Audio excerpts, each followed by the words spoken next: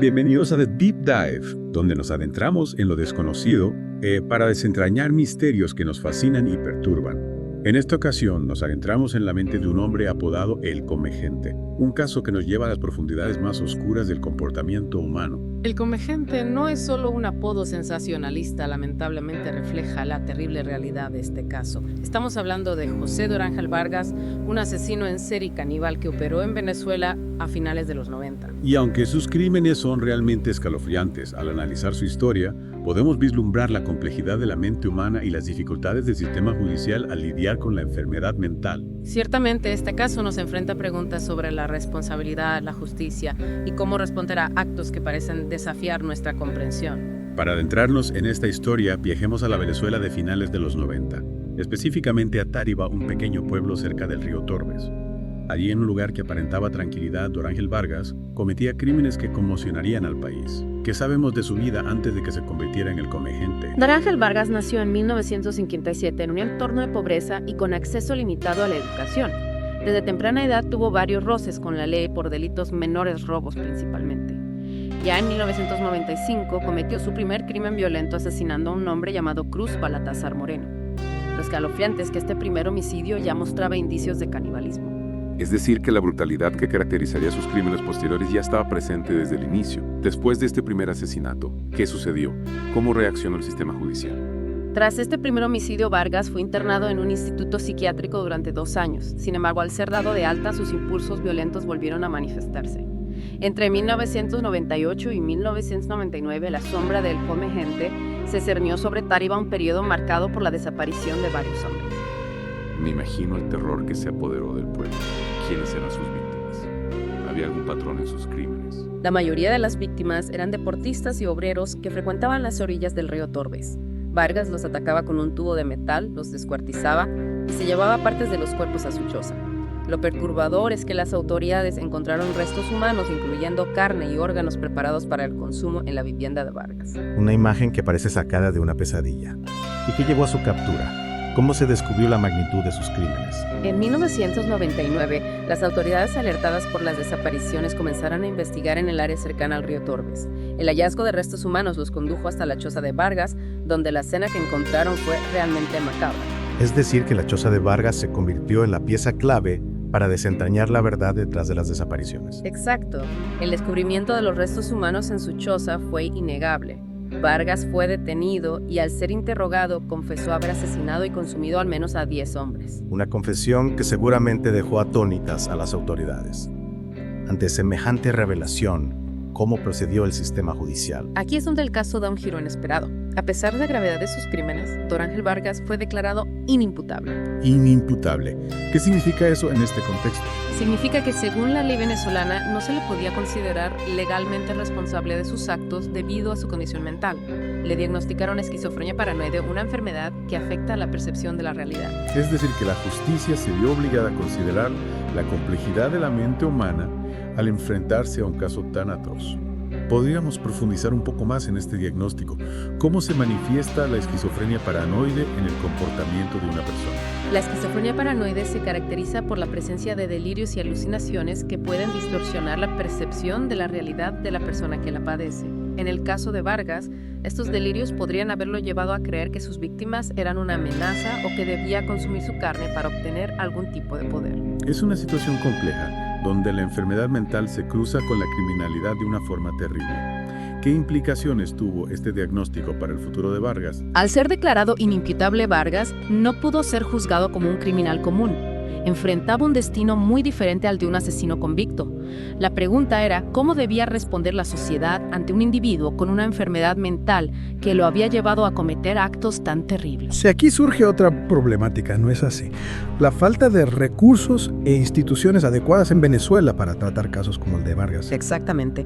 La falta de centros especializados para atender a personas con enfermedades mentales graves y que además han cometido crímenes violentos era una realidad en Venezuela en ese momento. Entonces, ¿qué sucedió con Vargas? ¿Cuál fue su destino? Ante la falta de alternativas, Vargas fue recluido en un centro penitenciario en el estado Táchira, aislado del resto de la población carcelaria. Aislado, pero no por mucho tiempo, ¿verdad? La historia de Dorángel Vargas no termina ahí. En 2016, su nombre volvió a aparecer en los titulares esta vez relacionado con un incidente aún más escalofriante. Así es. Durante un motín carcelario en 2016, Vargas mató a 2 reclusos y ofreció sus restos a otros prisioneros. Un recordatorio brutal de que su historia no había terminado. Un giro aún más macabro en un caso que ya de por sí era aterrador. Antes de adentrarnos en ese incidente y sus consecuencias, tomemos un momento para recapitular lo que hemos aprendido hasta ahora sobre el come gente. Perfecto.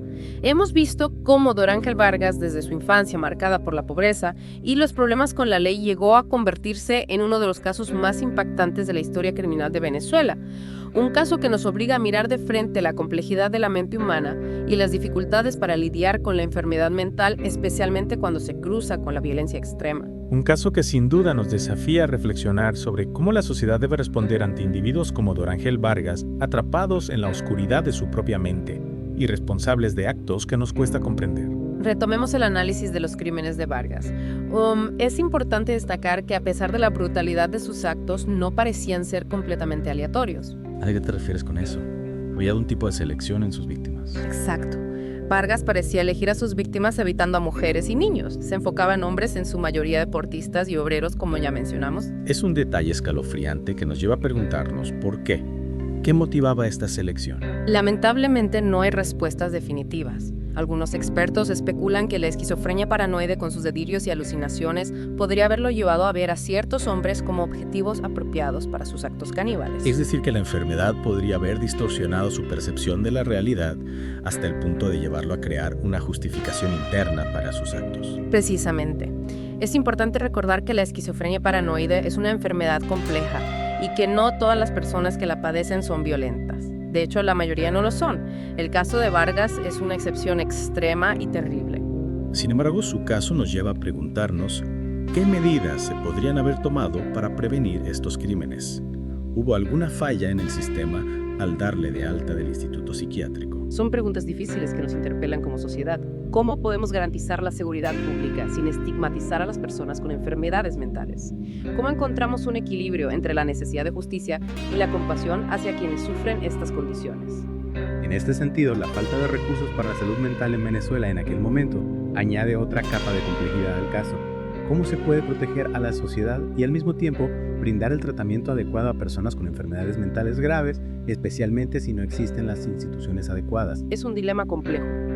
Si no hay centros especializados para el tratamiento y la contención, se vuelve muy difícil garantizar la seguridad de la sociedad y al mismo tiempo brindar la atención médica y psicológica que estas personas necesitan. Volviendo al caso de Vargas, su reclusión en la prisión de Táchira no significó el fin de su historia, ni mucho menos. Ese motín en 2016, donde mató a 2 reclusos y ofreció sus restos a otros, nos muestra que su condición mental seguía siendo un enigma, un misterio que el sistema penitenciario no pudo contener. Este incidente en la prisión nos lleva a una pregunta crucial.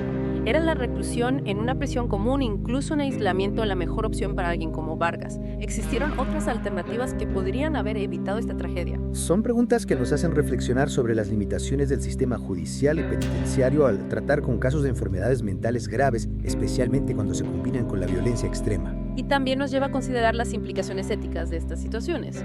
¿Cómo equilibrar la necesidad de proteger a la sociedad con la responsabilidad de brindar atención y tratamiento a personas con enfermedades mentales, incluso en casos tan complejos como el de Dorángel Vargas? Sin duda un tema que requiere un análisis profundo y que nos lleva a cuestionar nuestras propias ideas sobre la justicia, la responsabilidad y la compasión. El caso de Dorángel Vargas, el comegente, nos confronta con la oscuridad que puede habitar en la mente humana y nos obliga a reflexionar sobre cómo lidiar con lo desconocido, con lo que nos aterra, y nos desafía a buscar respuestas que tal vez nunca encontremos. Su historia llena de sombras y preguntas sin respuesta nos invita a mirar más allá de la superficie, a cuestionar nuestras propias ideas sobre la justicia, la enfermedad mental y la complejidad de la naturaleza humana. Un caso que, a pesar de su crudeza, puede ser un punto de partida para un diálogo más amplio, un diálogo que nos lleve a construir una sociedad más compasiva, más preparada para enfrentar los desafíos de la salud mental y más consciente de la fragilidad de la línea que separa la cordura de la locura. Y para finalizar este sombrío recorrido por la vida del comegente, nos gustaría dejarles con una pregunta para reflexionar. ¿Cómo podemos, como sociedad, garantizar la seguridad pública al mismo tiempo que protegemos los derechos y la dignidad de las personas con enfermedades mentales? Es una pregunta que no tiene respuestas fáciles, pero que es crucial para construir un futuro más justo y humano. Un futuro donde casos como el de Dorángel Vargas, aunque imposibles de olvidar, nos sirvan como recordatorio de la importancia de la comprensión, la prevención y la búsqueda de soluciones integrales para los desafíos de la salud mental. Este Deep Dive solo ha arañado la superficie de este complejo tema. Quedan muchas preguntas sin respuesta, muchos cabos sueltos en la historia de Dorángel Vargas, el Comegente, pero esperamos que esta inmersión en las sombras de su caso les haya provocado al menos una reflexión. Una reflexión sobre la fragilidad de la mente, sobre la importancia de la salud mental y sobre la necesidad de una sociedad más justa y compasiva incluso frente a lo incomprensible. Les invitamos a seguir investigando o buscar más información sobre este caso y sobre los desafíos que la enfermedad mental plantea a nuestra sociedad. Gracias por acompañarnos en este viaje a las profundidades de la mente humana. Esperamos que vuelvan a sumergirse con nosotros en The Deep Dive. Es una pregunta que nos obliga a mirar más allá de nuestras propias percepciones, a confrontar nuestros miedos y prejuicios. A entender que la mente humana en toda su complejidad puede ser tanto fuente de creatividad como de oscuridad y que nuestra responsabilidad como sociedad es encontrar un equilibrio entre la protección y la compasión. En el caso de Dorángel Vargas, ese equilibrio parece imposible de alcanzar. Su historia nos deja con un sabor amargo, con la sensación de que el sistema en su conjunto falló. Sí, al analizar este caso vemos que existieron varias fallas a lo largo del camino. ¿A qué te refieres exactamente? Bueno, primero falló al no brindarle la atención y el tratamiento adecuado antes de que cometiera los asesinatos de 1998 y 1999. Es decir, después de su primer crimen en 1995, fue internado en un instituto psiquiátrico, pero solo por 2 años. Y luego, tras ser dado de alta, volvió a caer en la espiral de violencia. Exacto.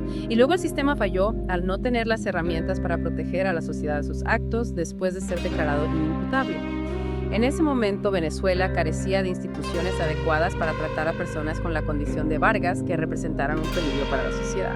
Y por último, falló al no poder ofrecer una respuesta satisfactoria a las familias de las víctimas, quienes quedaron con un dolor irreparable y la incertidumbre de si la tragedia se pudo haber evitado. Es una tragedia en muchos niveles, una que nos recuerda que la justicia a veces se escapa de nuestras manos. Y que la comprensión de la mente humana, especialmente en sus extremos más oscuros, sigue siendo un desafío para la ciencia, la justicia y la sociedad en general. El caso de Dorángel Vargas, el Comegente, sigue siendo un enigma. Su historia plagada de brutalidad y misterio nos obliga a reflexionar sobre la delgada línea que separa la razón de la locura. Este Deep Dive solo ha arañado la superficie de este complejo tema. Quedan muchas preguntas sin respuesta, muchos cabos sueltos en la historia de Dorángel Vargas, el Comegente.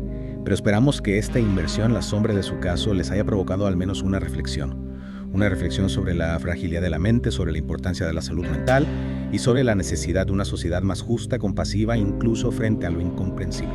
Les invitamos a seguir investigando, a buscar más información sobre este caso y sobre los desafíos que la enfermedad mental plantea a nuestra sociedad. Gracias por acompañarnos en este viaje a las profundidades de la mente humana. Esperamos que vuelvan a sumergirse con nosotros en The Deep Dive.